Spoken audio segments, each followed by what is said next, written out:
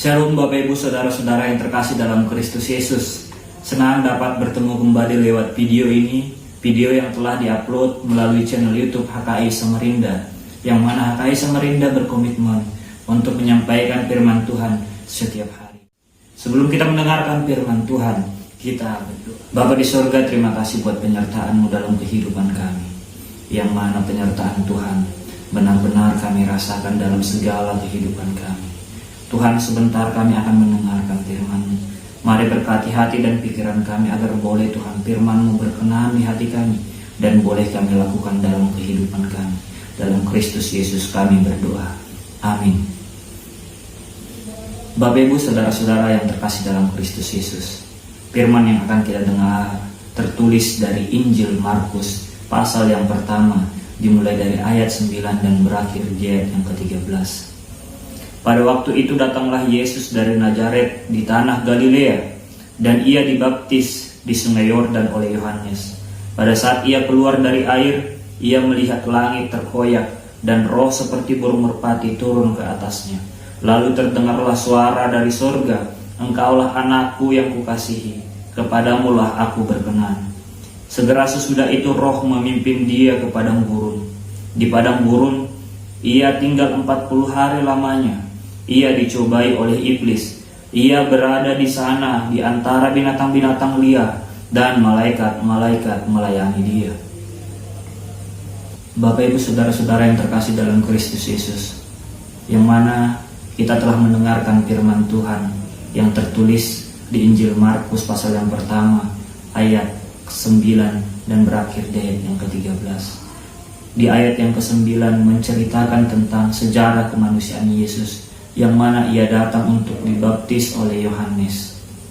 Pada saat proses pembaptisan itu selesai, terjadilah sebuah peristiwa ataupun fenomena, yang mana langit terbelah ataupun terkoyak, dan keluar dari sana roh yang mirip seperti burung merpati, yang boleh juga kita kenal sebagai Roh Kudus. Dan tak hanya sampai di sana, di ayat 11 juga dikatakan bahwasannya terdengar suara dari surga yang mengatakan Yesus adalah anak Allah ataupun putra Allah, dan Allah hanya berkenan kepadanya.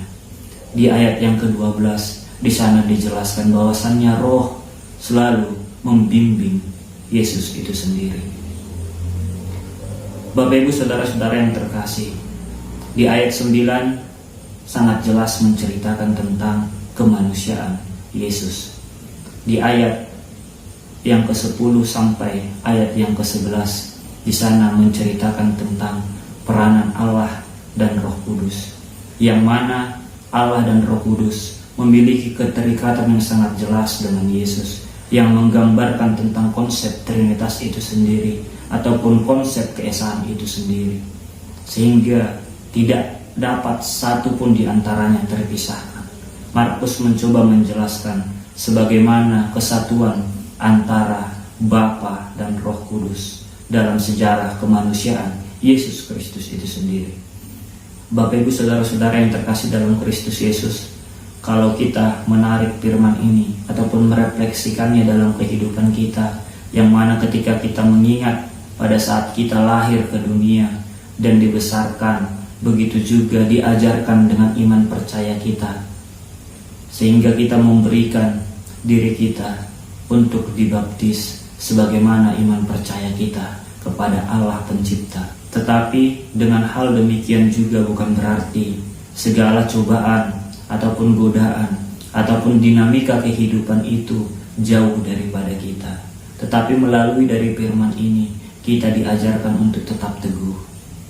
Sebagaimana Yesus itu sendiri juga mengalami cobaan-cobaan yang dari iblis, dan lamanya 40 hari tepatnya di padang gurun. Begitu jugalah kita manusia saat ini.